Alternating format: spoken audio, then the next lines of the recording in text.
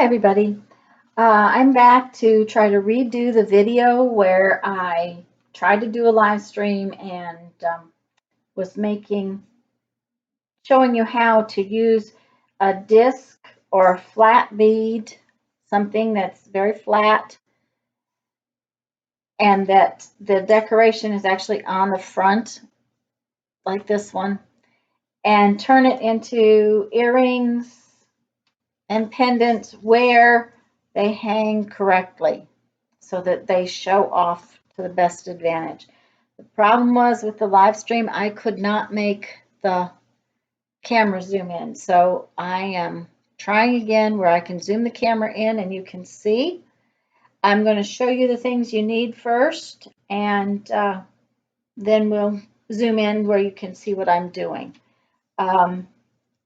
You're going to need, of course, some sort of little flower or disc beads.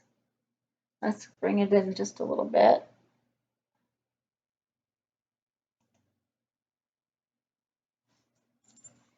Okay, you're going to need some head pins, preferably surgical steel ones. You're going to need ear wire. To make a pendant, you'll need a little, it's a circle, it's a bail. You're going to need some little daisy spacers. These happen to be some cute little flower daisy spacers. Now on this set of earrings, I used a little plastic daisy spacer just to add a decoration. On this set, I used a big copper daisy spacer. So kind of just depends on what you're going to do with it. You're definitely going to need some discs or flower beads. This particular pair of earrings has a bead cap. You see how deep that is on it? Plus a daisy spacer. So there's a lot of options for the front of your flower. So we're going to need some flowers. We're going to need some little seed beads. This is a very important tool. It is a toothpick. You're going to need some E6000. I love these little tubes because it's amazing how fast E6000 dries up in the tube. So, and you might want some wax linen.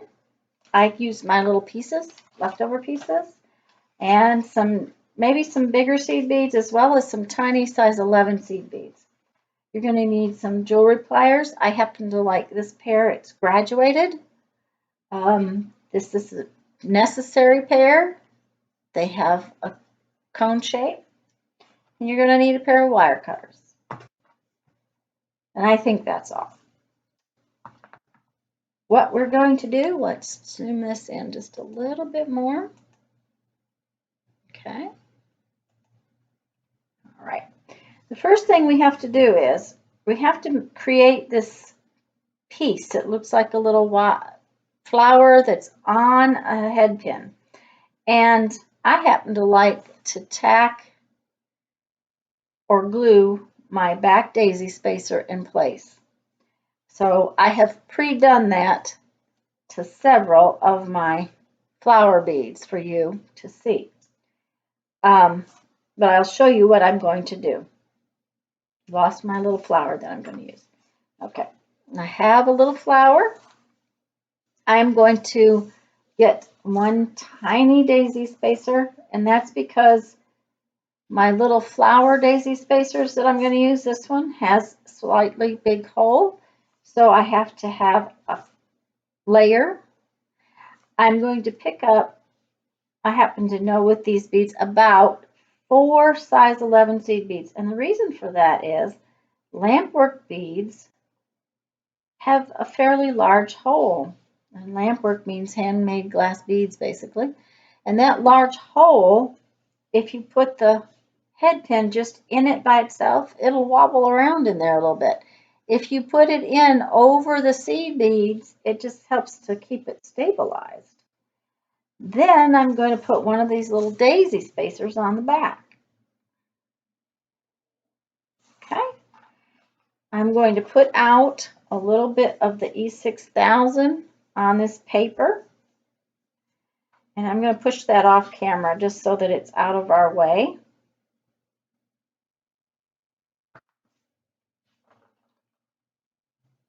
And you always want to make sure you have 3 or 4 toothpicks, because if you don't, you don't have something to grab to pick up some.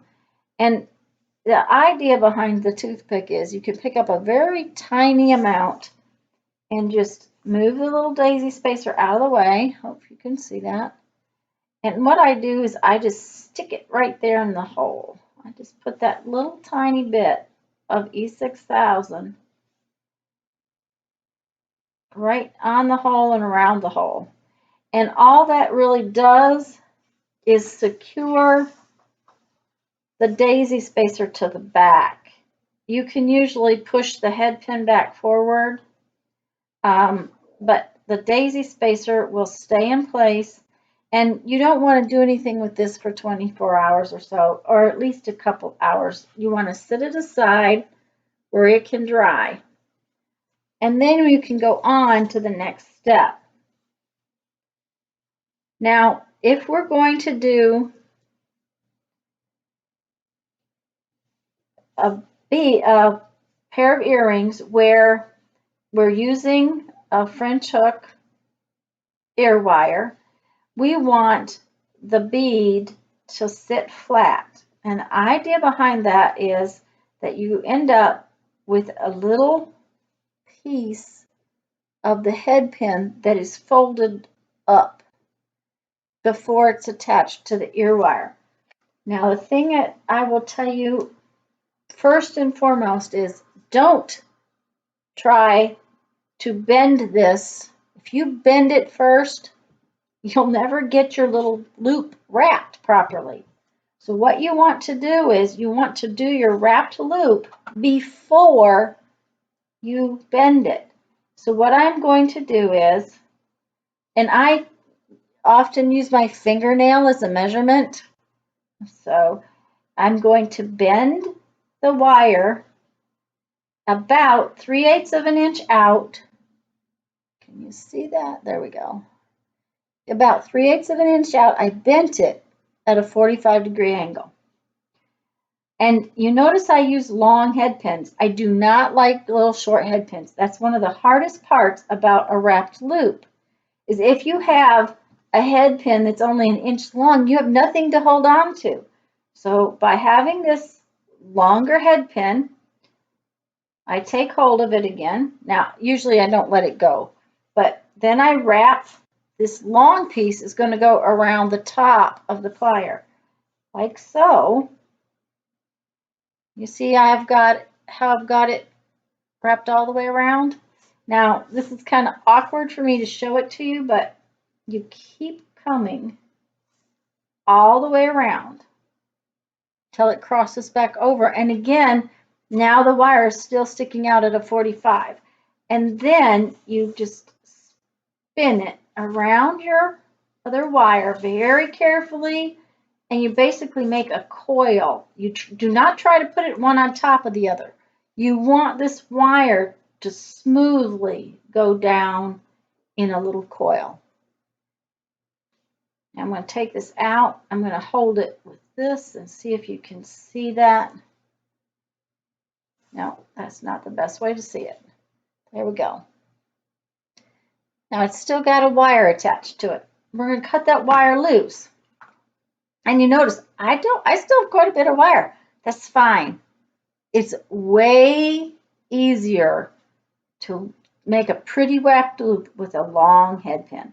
Now we want to get the tip of our pliers right in that coil, and never cut a piece of wire without holding it. Because if you do, it will fling across the room and smack somebody. Now, the next step is to simply take this piece that we have made and fold it straight up.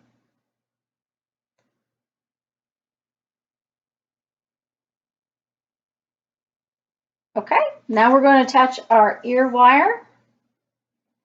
And to do that, we have to open this little, what looks like a hook at the bottom of the ear wire. And if you're not familiar, you do not open anything with wire by opening it like that. You want to twist it to the side. And then this will just pop right on there. Well, it would if that little ball wasn't in the way.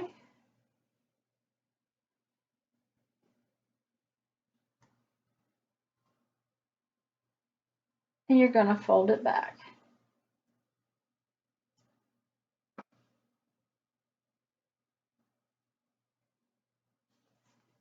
And now it will hang so that when it's in your ear, it lays like that. It hangs like that. So you see what you want to see with it. Now, if you want to have little streamers or vines that come out the bottom of your earrings, like so, what you're going to do is you're going to take a piece of waxed linen.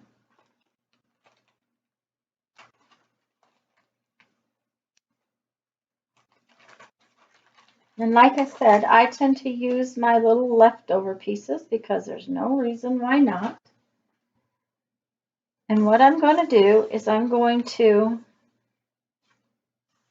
slip this into the wire, in between the wire and the bead. And I'm going to, oops, you can't see. There we go. I went behind this, between the wire and the bead, so that it is going to sit right there. Can you see that?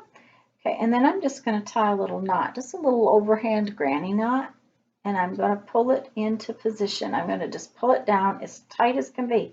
Now this is why, one of the reasons why I like to put my daisy spacer on with a little bit of glue, because it just stabilizes everything right there on the back of your earring. And now I have these two little strings of wax linen, and I can string on some, say, size 8 seed beads, like so.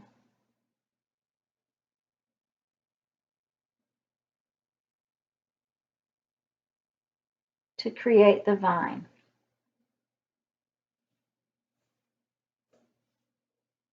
And I just tie a little knot at the bottom.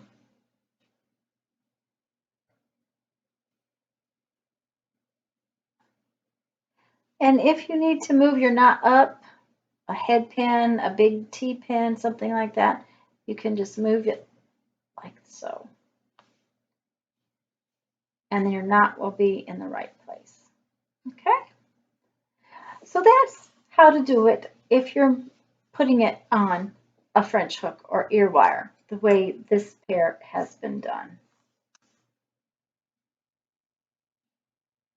Okay? But these, the head pin makes the ear wire.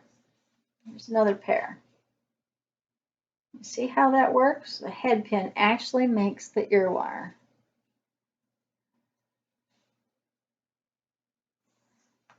This pair actually has a copper head pin.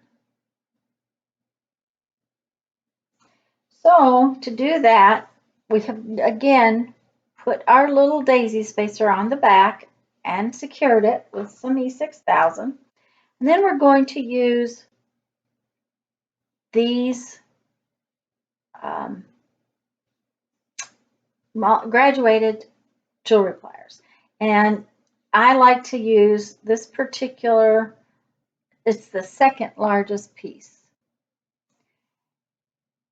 And I fold my head pin up like so, right at the base, after your daisy has dried on there. Then I slide this in. Sometimes you have to push it down a little bit. And I wrap this ear wire right around it. You see how that gives that nice little hook shape. Oops, I'm out of camera. There we go. But this piece right here is still a little straight, so I just push it in with my fingers, like so. And then I bring the ear wire back down with my fingers. It'll just bend into place just like that. Okay, now another thing you'll want to do is you'll want to tilt out the bottom just a little bit. And you can do that either with your cone-shaped pliers, just come down about 1/4 of an inch and bend it up, or you can do it with your other pliers. It doesn't really matter. You just want to have a little bit of a flare. Let's see if you can see that. Nope, nope, nope. Can't see it at all. Let's put something dark under it. There we go. See how it just flares up just a little tiny bit. So that is how I do the ones where I don't use an ear wire and I'm just using the head pin to put it on. And I really have gone to liking this style. They seem to sit real nice in your ear. It does help to use these little ear nuts. They're little rubber ear nuts, and you just slip that on there. Just because then you're not taking a chance of losing it. Now, if we wanted to make a pendant that can be hung on a chain, it is the same basic procedure up until you go to put your bail on. And we're going to use this bail instead of this bumpy one, just because I couldn't find these. And I have one of my black metallic big poppies, and this is the larger size of the poppies.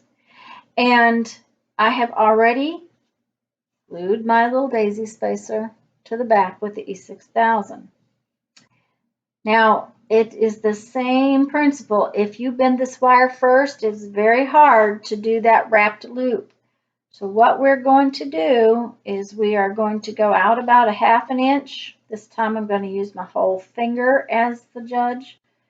And I'm going to break the neck and turn a 45-degree angle just like I did before. But this time I'm going to wrap it around one of the larger graduated places in my pliers.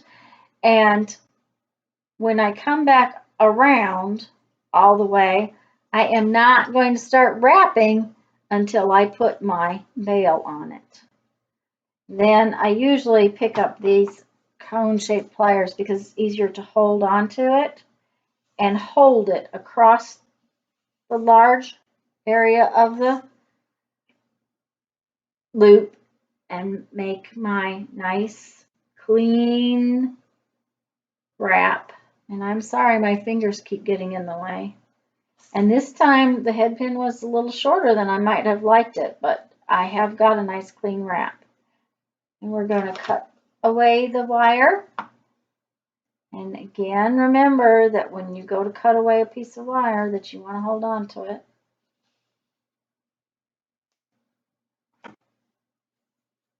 Okay. And all I do then is fold this piece up. Now, this is one of the things that you need to look at, the way your bail sits. Okay, right now the bail is sitting not in the best position for a chain to go through. So all I have to do is take hold of my little loop back here with my pliers and give it a little twist. And now my bail sits the direction so that I can put a chain through it. And it will hang properly to wear. Okay, I hope that this time you could see what I was doing better. And the live version I'm going to leave up just because people have been seeing it. But this one, you can maybe take a look at it and see if you can see things a little bit better on this version. So thanks for watching. If you do like my videos, please think about subscribing to my channel, and I'll be back with a new one as soon as I have more techniques to show.